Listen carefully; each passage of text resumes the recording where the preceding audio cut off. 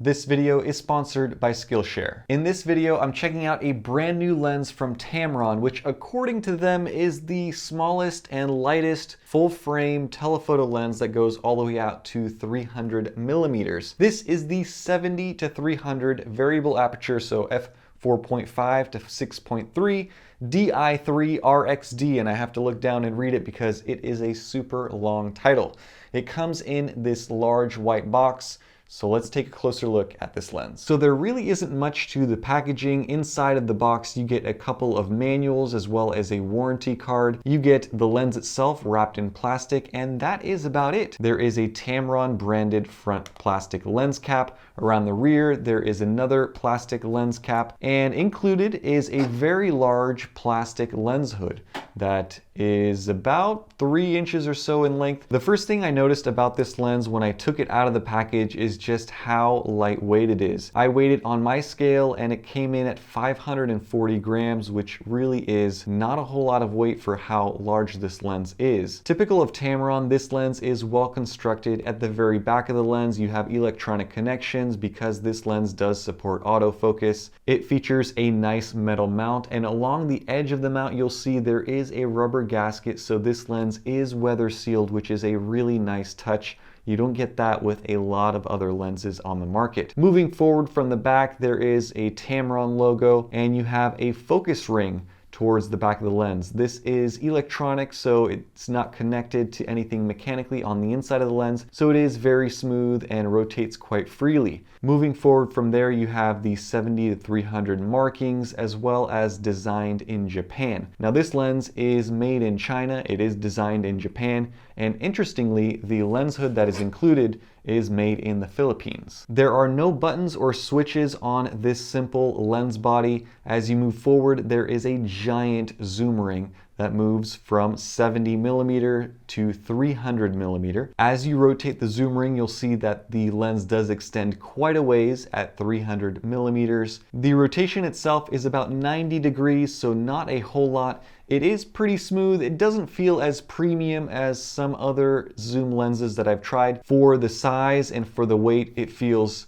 just about as nice as you would expect. Moving to the front of the lens, it is a very clean design. There are no markings. The front lens element itself is fairly large. It is convex. Looking through the lens, you can barely see the 7 rounded blade diaphragm that is electronically controlled through the camera. This lens consists of 15 elements in 10 groups with some special coatings to reduce chromatic aberrations. It is designed for full-frame Sony E-mount, although you can use it on your APS-C camera, such as the A6100 that I have placed it on here. In fact, for the rest of this review, I will be using this lens on my A6100, which gives you an equivalent field of view on a full-frame censored camera of 105mm to 450mm. That's one of the benefits of using telephoto lenses on an APS-C camera. This 70-300 does not look too out of place on a small APS-C camera. I mean, it does look quite large, especially with that lens hood,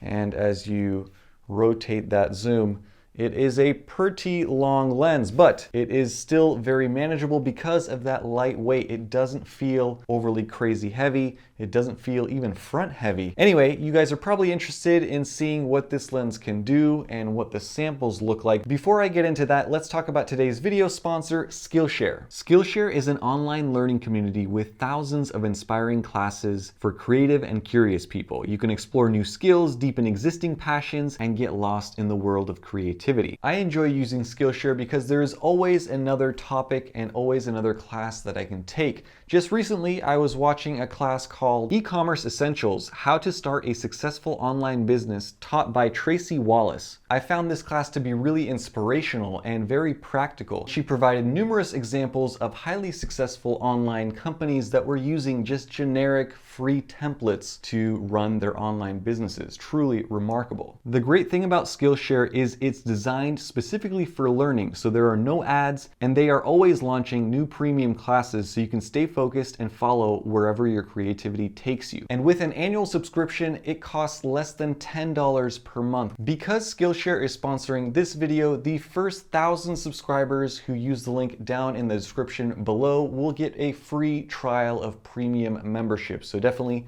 Check it out, link down below. Now, let's check out sample photos using this 70-300 and my A6100 straight out of the camera, JPEGs, no post-processing, no editing whatsoever.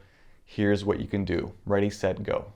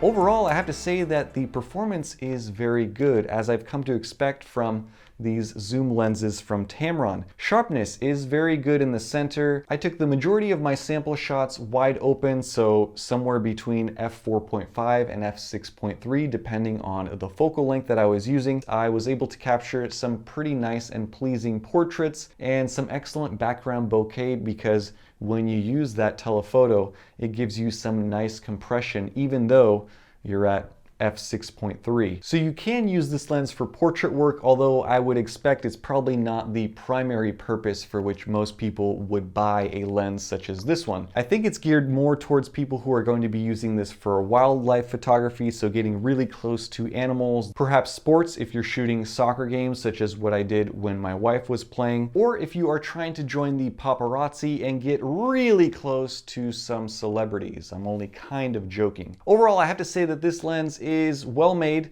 It's not as premium feeling as some other lenses. In fact, the Sony 70-350 that I tested a couple of months ago definitely feels more premium than this lens, but on a performance scale, I would say that this lens performs just as well as that Sony. In the area of sharpness, in the area of distortion, chromatic aberration, I would say that the two lenses are about on par. This lens does a really good job with controlling flaring. Chromatic aberration was there a little bit, but I would say very well controlled. There was a bit of distortion, especially at 300mm, but if you keep your subject in the center of the frame, you don't really see much of it. I found the autofocus performance was more than adequate, actually quite snappy and silent and quick. Not quite up there with some linear focusing motor lenses from Sony, but very, very close. You'd be hard pressed to tell a difference between using this lens side by side with another Sony zoom telephoto lens. So overall, I like this lens a lot, especially given the fact that it comes in at $550, which I think is a bargain. And it's something that has been missing from the APS-C lineup of telephoto lenses. Now, I know that this is a full frame Sony E-mount lens, but as I've shown in this video, it works exceptionally well with the A6100. And I think that a lot of folks are going to be looking at this lens for their APS-C camera bodies, because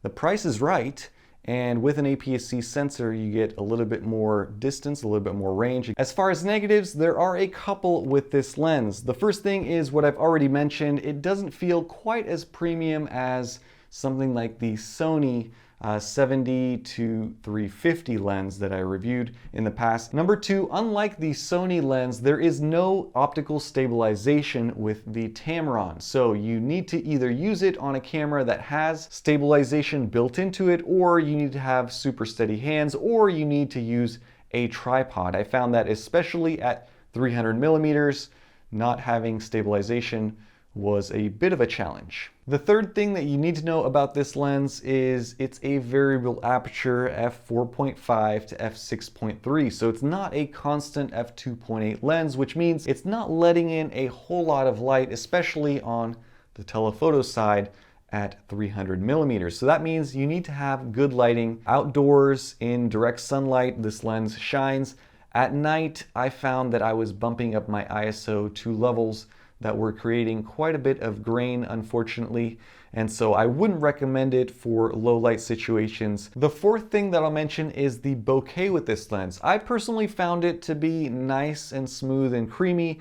However, the bokeh balls were not always perfect circles. I know a lot of folks are very particular with how their bokeh rendition comes out in photos. I found that sometimes the bokeh balls were more like bokeh American footballs, or egg-shaped or oval-shaped. Some people may think that it is a little bit distracting. So again, something to be aware of. And the last thing that I'll mention about this lens is that the autofocus, again, is snappy, is quiet, is good, but it is maybe 90% of the way there towards a good linear motor focusing system, such as what is in Sony zoom lenses. So I found that the eye tracking and the object tracking, the face tracking, everything worked smoothly and well, but it wasn't quite as fast and it wasn't quite as snappy as a native Sony lens. So you give up a little bit in that regard. But when you consider the price, that is what it comes down to. This thing is $550. The Sony lens is normally $1,000. Right now it's on sale for $899. It's almost half the price for a lens that performs, I would say, about equally as sharp, equally as well. In my opinion, the only two things that you are sacrificing with this lens is, number one, the zoom range. So you get 350 with the Sony versus 300 millimeters with this lens, which isn't a huge deal.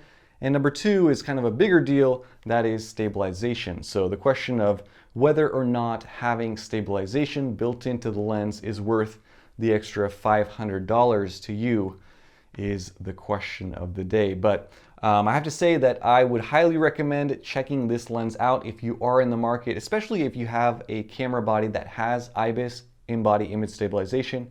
A6500, A6600, any of the Sony full-frame cameras, you will be very happy with this lens, I think, especially for the money. I am excited to be checking out other lenses from Tamron in the future. In fact, I have another one up on my shelf coming up in a video or two, so stay tuned for that. Thank you guys so much for all of your likes, all of your comments, and your support. Let me know down in the comments what you guys think of this lens. Are you guys planning on buying something like this for your APS-C or your full-frame camera?